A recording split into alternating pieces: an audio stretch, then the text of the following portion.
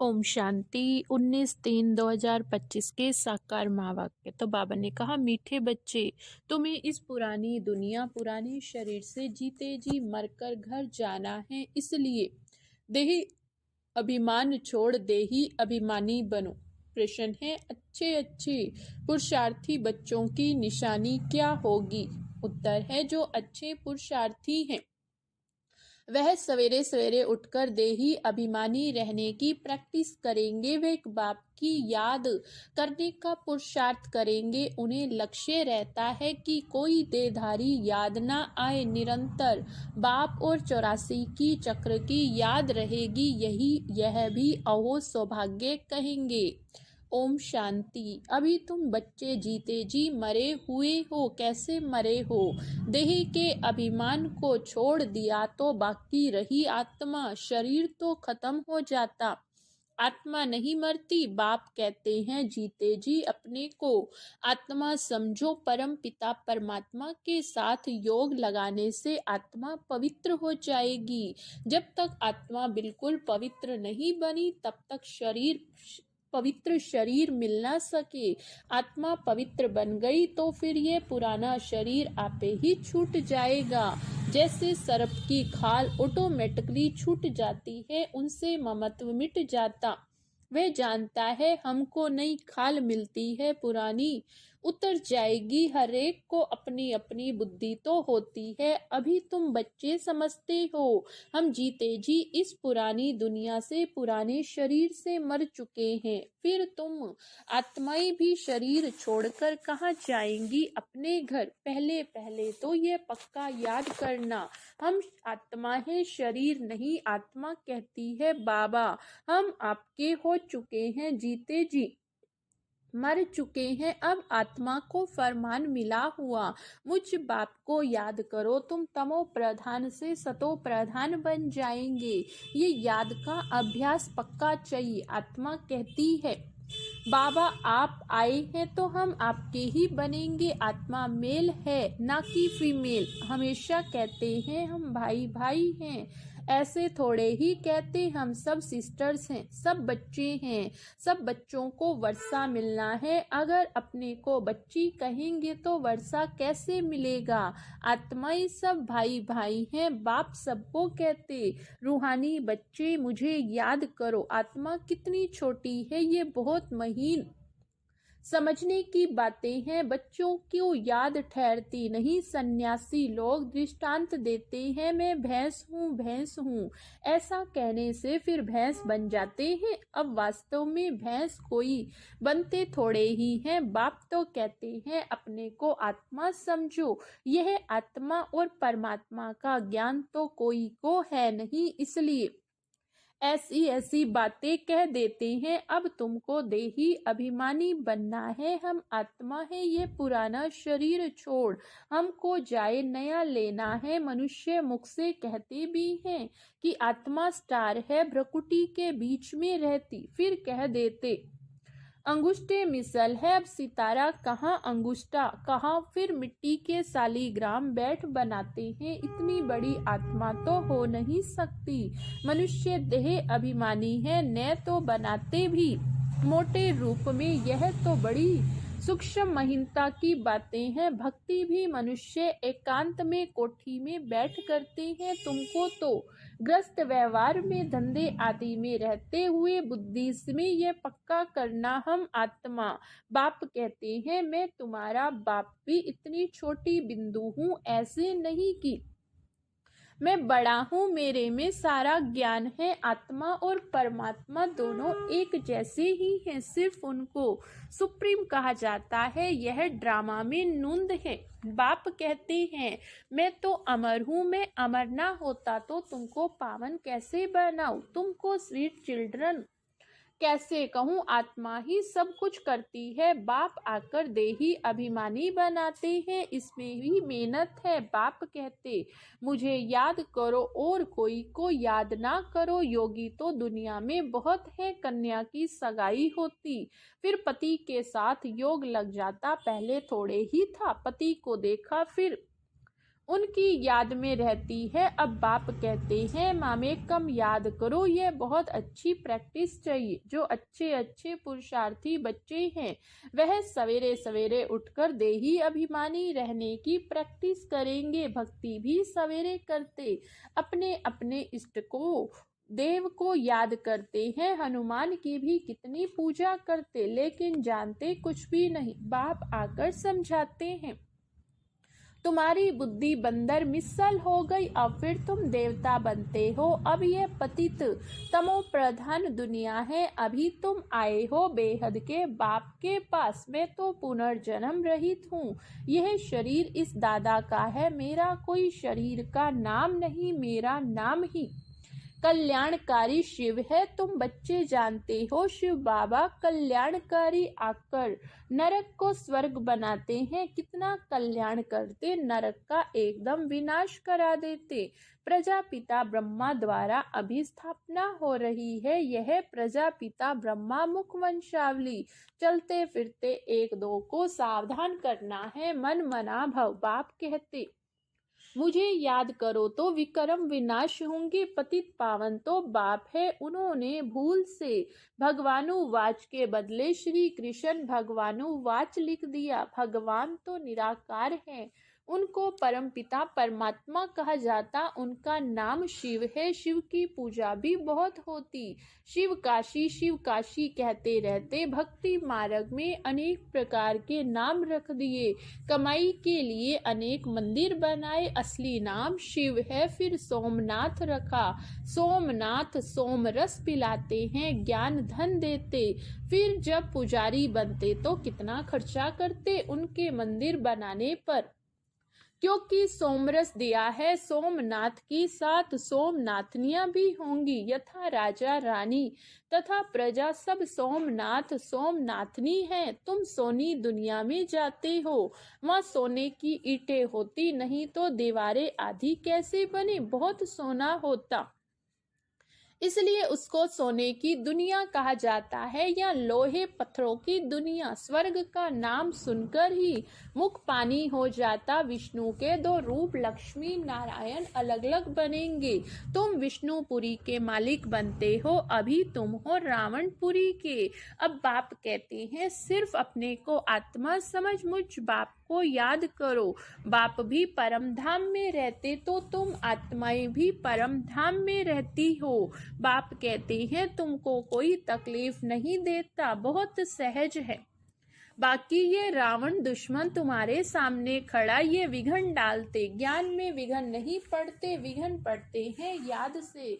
घड़ी घड़ी माया याद भुला देती, देह अभिमान ले आती है, बाप को याद करने नहीं देती। ये युद्ध चलती है। बाप कहते तुम कर्म योगी तो हो, अच्छा दिन में याद नहीं कर सकते तो रात को याद करो। रात का अभ्यास दिन में काम आएगा, निरंतर स्मृति रहे। जो बाप हमको विश्व का मालिक बनाते हैं, हम उनको उसे याद करते हैं। बाप की याद और 84 जन्मों के चक्र को याद रहे। अहो सौभाग्य औरों को भी सुनाना है बहनों और भाइयों। अब कलयुग पूरा हो, सतयुग आता है। बाप आए हैं सतयुग के लिए, राजयोग सिखला रहे। कलयुग के बाद सतयुग आना, एक बाप के सिवाय और कोई को याद नहीं करना है। वानप्रस्थी तो होते, वह सन्यासियों के जाए संग करते हैं। वानप्रस्थ वहां वाणी का काम नहीं है, आत्मा शांत रहती है। लीन तो हो नहीं सकती, ड्रामा में कोई भी एक्टर निकल नहीं सकता, यह भी बाप ने समझाया। एक बाप के सिवाय कोई को याद नहीं करना, देखते हुए भी याद ना करो। यह पुरानी दुनिया तो विनाश हो जानी है, कब्रिस्तान है, मुर्दों को कभी याद किया जाता है क्या? बाप कहते यह सब मरे पड़े हैं, मैं आया हूँ पतितों को पावन बनाए, साथ ले जाता हूँ। यहाँ यह सब खत्म हो जाएगा। आजकल बॉम्ब्स आदि जो भी बनाते हैं बहुत तीखे तीखे बनाते रहते हैं, कहते हैं यहाँ बैठे जिस पर छोड़ेंगे उस पर ही गिरेंगे, ये नूंद है।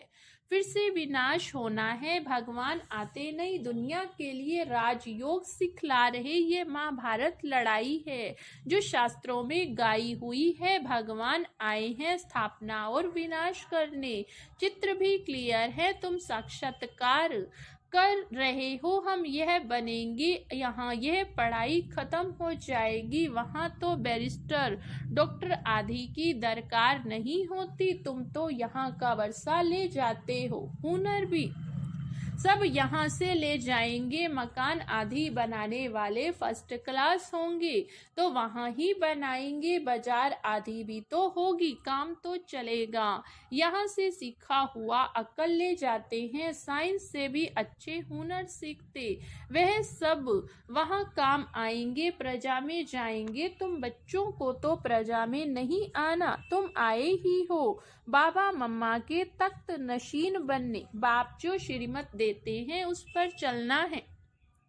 फर्स्ट क्लास श्रीमत तो एक ही देते हैं, मुझे याद करो। कोई का भाग्य अनायास भी खुल जाता, कोई कारण निमित्त बन पड़ता है। कुमारियों को भी बाबा कहते, शादी तो बर्बादी हो जाएगी, इस गटर में मत गिरो। क्या तुम बाप का नहीं मानेंगी? स्वर्ग की महारानी नहीं बनेंगी, अपने साथ प्रण करना चाहिए। हम उस दुनिया में कभी नहीं जाएंगे, उस दुनिया को याद भी नहीं करेंगे। शमशान को कभी याद करते हैं क्या? यहाँ तो तुम कहते हो कहाँ यह शरीर छोटे, हम अपने स्वर्ग में जाएं। अब 84 जन्म पूरे हुए, अब अपने घर जाते। औरों को भी यही सुनाना है, यह भी समझते हो बाबा बिगड़ सत्यों की रजाई कोई दे नहीं सकते। इस रथ को भी कर्म भोग तो होता है। बाप दादा की भी आपस में कभी रूह रिहान चलती। ये बाबा कहते हैं, बाबा आशीर्वाद कर दो, खांसी के लिए कोई दवाई करो या छू मंत्र से उड़ा दो। कहते हैं नहीं, यह तो भोगना ही है। यह तुम्हारा रथ लेता हूँ, उसके एवज में तो देता ही हूँ, बाकी यह तुम्हारा हिसाब किताब है। अंत तक कुछ न कुछ होता रहेगा, तुम्हें आशीर्वाद करूँ सब तो करना पड़ेगा। आज यह बच्ची यहाँ बैठी है, कल ट्रेन में एक्सीडेंट हो जाता तो मर पड़ती। बाबा कहेंगे ड्रामा, ऐसे थोड़े ही कह सकते। बाबा ने पहले क्यों नहीं बताया? ऐसा कायदा नहीं है।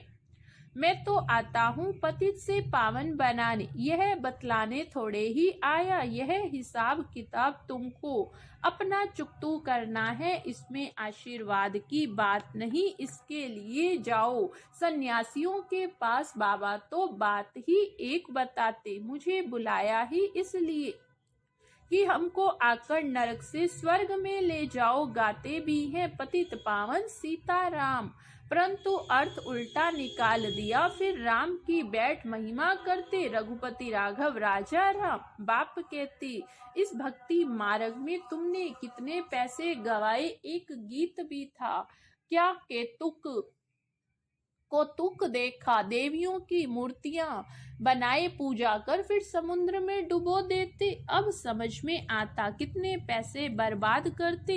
फिर भी यह होगा, सतयुग में ऐसा काम होता नहीं। सेकंड बाय सेकंड की नोंद है, कल्प बाद फिर यही बात रिपीट होगी। ड्रामा को बड़ा अच्छी रीति समझना चाहिए। अच्छा कोई जास्ती नहीं याद कर सकते तो बाप कहते हैं सिर्फ अल्लाह और बे बाप और बादशाही को याद करो। अंदर में यही धुन लगा दो, हम आत्मा है कैसे 84 का चक्र लगाकर आई। चित्रों पर समझाओ, बहुत सहज है यह रूहानी बच्चों से। रूह बाप रूह रिहान करते ही बच्चों से, कोई से तो करने सके।